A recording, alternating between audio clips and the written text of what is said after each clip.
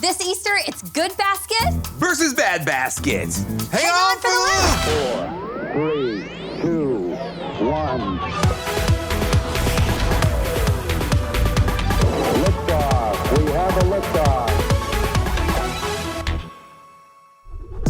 I'm Ricky. I'm Jamie, and it's Easter. I have to be honest, this is my favorite episode to film all year. Me too. Happy Easter, Loopsters. Welcome to our big Easter episode. Here on The Loop Show, we love a good Easter challenge. Easter is a celebration. We're celebrating Jesus and the gift of grace we receive through his life, death, and resurrection. If this is the first you've heard about the good news of Jesus, we are so glad you're here. We had an Easter story we think you are going to love. Let's kick it over to our friend Caitlin. Well, Easter is all about the story of God's grace. And we have been tracing grace all throughout the Bible. Today, we're going to talk about a guy named Peter. And this was a guy who knew Jesus personally. He walked with Jesus, he talked with Jesus, and yet he still ends up in need of Jesus's grace. Peter is a lot like most of us. And when I think of Peter, I think of this verse in Romans chapter 5, verse 8. It says, "But God showed his great love for us by sending Christ to die for us while we were still sinners." While we were still lost, while we were still broken, Jesus died for us. So as you watch Peter's story, I want you to look for the moments where you see Jesus showing grace. My name is Peter, but it wasn't always Peter. My family called me Simon. My fellow fishermen called me Simon. I knew a lot of Simons. It was a pretty popular name. It means to listen. But it was Jesus who changed my name the very first time I met him. I was out fishing, and my brother Andrew came running up, telling me to come to meet the Messiah. So I left my fishing net, and I went with him. And I'll never forget, Jesus looked right at me, like he already knew me. And he said, "You are Simon. You will be called Peter." Peter. Now, that's not as popular as Simon. It's Greek for rock. Was this a challenge? Okay, rocks are solid, steady. Some people say I'm impulsive or a loudmouth, but I've always been pretty loyal. I don't think before I speak, but I know lots of fishermen like that.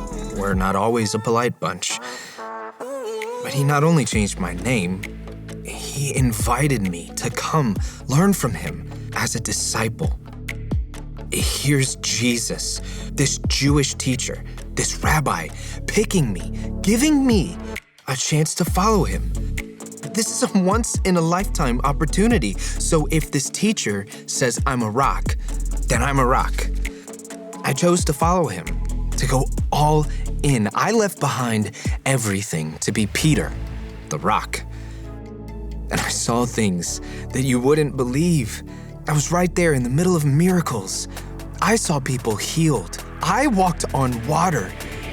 I listened to Jesus ask questions, and I started asking questions. I mean, sometimes what I heard from my rabbi, Jesus, was hard to understand. I mean, it's also upside down. Sometimes I got it right. Like one day Jesus asked us, "Who do you say that I am?" And I knew the answer. I opened up my loud, loyal mouth and I said, "You are the Messiah. You're the Son of the living God." And Jesus blessed me. Sometimes I got it wrong. Jesus would talk about the future and he would tell us about his death. He said he would come back to life, but I didn't like all that death talk. And I told him so. I took him aside and I told him to knock it off, and he didn't like that. He said I was standing in his way, that I didn't know better, me and my big mouth. And I was there that night, at that last meal we all had together. It's tough to talk about, but I remember a lot of things from that night. I was talking a big game. We all were. I think at one point, I even said something like, even if everyone else deserts you, I never will desert you. Because the thing was, he wasn't just my teacher. He was my friend. But he looked at me, just like he looked at me the first night he met me. Like he knew me, and he said, truly I tell you that this very night, before the rooster crows, you will disown me 3 times. I was so angry. I said I'd rather die than deny him. I'm like, remember me, Jesus? It's Peter, your rock. I mean, I'd rather die than deny the Son of the living God. But that was a long, long night. And he knew my story wasn't over.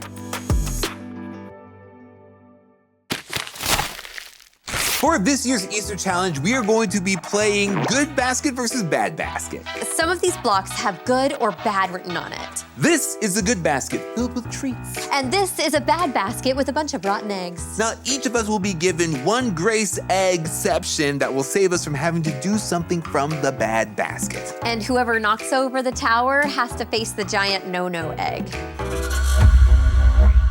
Let's go! Okay, here we go. So let's see. Yeah. Okay, let's see. It doesn't have anything. Here you go. It says bad. Bad egg. All right, here we go. Oh, Catch an egg blindfolded. Okay. Thank you. Oh, I didn't realize I was gonna get to throw the egg. Okay, just hold out your hand. I'm gonna try to make it in your hands. 1, 2, throw. We almost did it! It was in your hand! Yes. No. Oh, we did it! Only one. Oh my gosh! No, I don't think that's a good idea. Go for it. There's nothing on it! This is why I don't play Jenga. I'm sweating. He got another bad egg. I feel like it's usually me. Bad egg. Call a friend and what? Call a friend. Call a friend and sing happy birthday, then hang up. Oh my gosh, that's boy. so funny. Are you gonna do it? Who are we Yes. calling? I don't know yet. Happy birthday to you. Happy birthday to you. Yay, that was your sister, right? Yes. Oh. Oh no! Yell everything you say for the next 3 minutes. Okay, Ricky, your turn. Thank you, Jamie. Oh, which one are you gonna choose? That one looked good. Does it say anything? Does it say bad? It says bad, doesn't it? Roll an egg across the floor using only your nose. Heck yes. Wait, are you gonna use your grace egg? I'm just He's gonna gonna do it. He's wait gonna for do it. Jamie, I'm going to roll with it. Go, Ricky, go, Ricky. Get that egg across the floor. You're making good time. I like that you got your whole body involved in this. Your nose is killing it. Go, Ricky's nose. Yes. We're gonna come back to this, but let's hear what happened in Peter's story next. I did something so bad. I thought I broke the world. It was one of those life-changing, world-flipping, big mistakes that you instantly regret. It started when Jesus was arrested, and I certainly didn't want it to happen, and I tried to fight it. But he didn't want me to. We didn't know what to do, so we all scattered.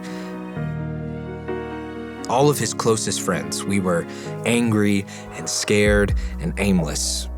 And that's when it happened. My most shameful thing. There were all these people pointing me out. A servant girl, she recognized me as one of his followers, and I denied it.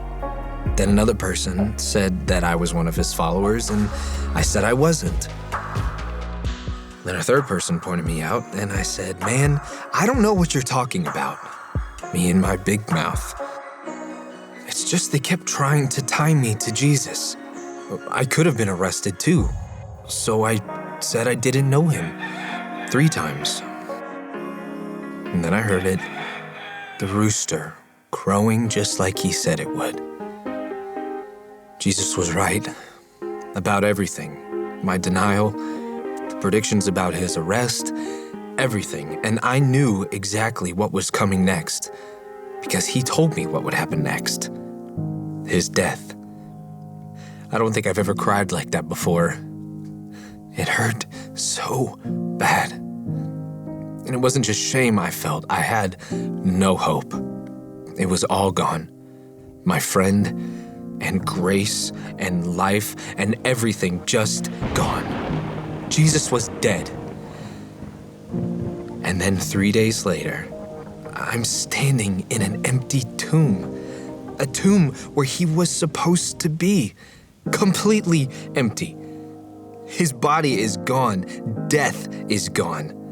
Every debt we ever owed as humans, gone. Jesus is alive. And it was a bit of a blur after that. I remember Jesus came to visit his disciples. He gave us peace and let us see his scars. And every time I saw him after his death, I couldn't help but wonder, was he mad at me for what I said on the night he was arrested? Could I ever gain his love or friendship after denying I was with him? Could I still call him Lord with such a troublesome mouth? I mean, what love is there for sinners like me? Right in front of me was the embodiment of grace. Jesus took the debt of my sin, and when he was resurrected, that defeated death.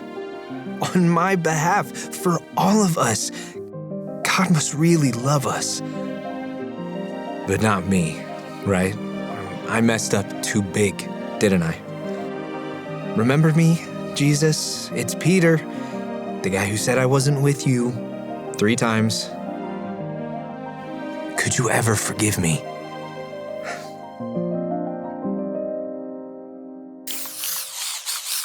Okay, let's see. You've gotten a lot of bad ones.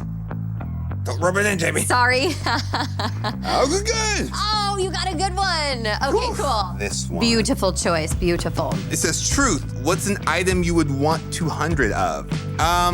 Pizza? Dollars. Dollars. Dollars is great. Oh my gosh, I did it. Oh, but it's bad.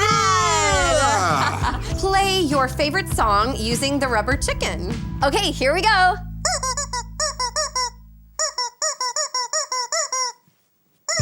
Did you recognize it? You did. Some of these. Oh my gosh. Oh man. Good. Truth, if you could have a sidekick animal that was always by your side, what animal would you choose? I think Garfield would be fun, especially if I could understand all of his inner thoughts. I could read his little bubbles. But that's good. Good. It's jelly beans. Wow. Oh, yum. Oh, this one's tutti frutti. Oh no. Bad. Let's go with this one. Eat a spoonful of jelly beans? Okay. Oh, but they provide you with the jelly beans. Oh, what are those? Oh, they're beans and jelly. Ooh. Are you gonna do it? Or are you gonna use the... Oh, yes! I choose the grace exception! I'm glad you don't have to eat it. Oh. I can't tell if it's moving while I'm tapping it. It is moving, Jamie. You know how people will grab a tablecloth and they'll rip it and then everything will stay on the table? Ah! Oh! Woo! It stayed for a split second. I thought it was gonna stay, Jamie. Okay, when we get back, we're gonna see what that no-no egg is all about. When I don't know what to do, I go fishing. It feeds my mind and my belly. After Jesus' resurrection, some of us went out fishing all night, and we didn't catch anything.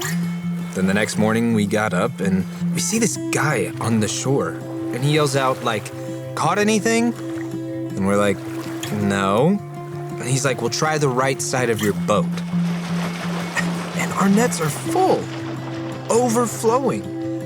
And someone in our boat recognizes that guy on the shore is Jesus. And I didn't wait for us to row back to shore. I jumped in the water and I swam to him because I wanted to talk. We had breakfast together, and it was our 3rd time seeing him since he had been raised from the dead. I was working up the courage to ask him if he could ever forgive me for denying him. But before I could say anything, Jesus said, "Do you love me, Peter?" And I said, "Of course I do, Lord." He said, "Feed my sheep." And then he asked me again, "Peter, do you love me?" And I said, "Yes, Lord, you know that I love you." And he said, "Take care of my sheep." A third time he asked if I loved him, and I said, "You know all things, so you must know that I love you." And again, he says, "Feed my sheep." 3 times I denied him, and 3 times he asked me to feed his sheep. I'm a fisherman, not a shepherd. It took me a minute to get what Jesus was doing. He was restoring me.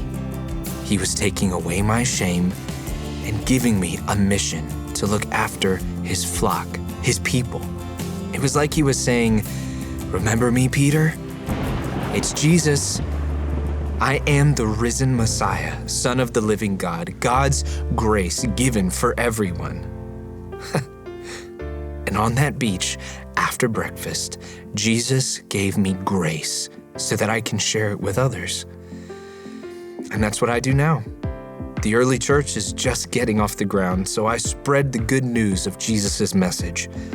I write when I can. I try to share the lessons I learned from being beside Jesus for so much of his ministry. I speak to people who remind me of me when I was younger. And I find myself writing about things like respecting authority figures and how to live for God. Things I wish I knew at that age.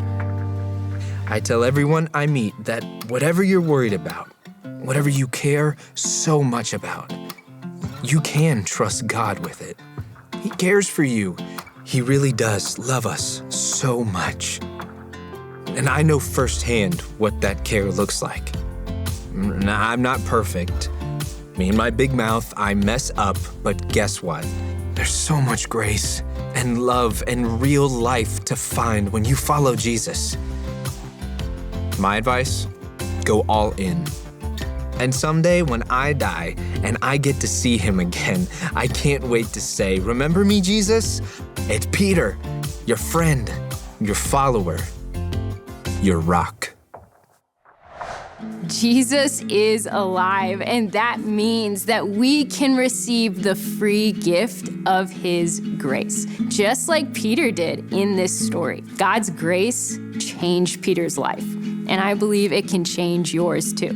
Remember Romans 5:8, how it said this, "But God showed his great love for us by sending Jesus Christ to die for us while we were still sinners." While we were still sinners. See, we all needed something. We were all broken. We were all still lost. And then Jesus came and he did what we could not.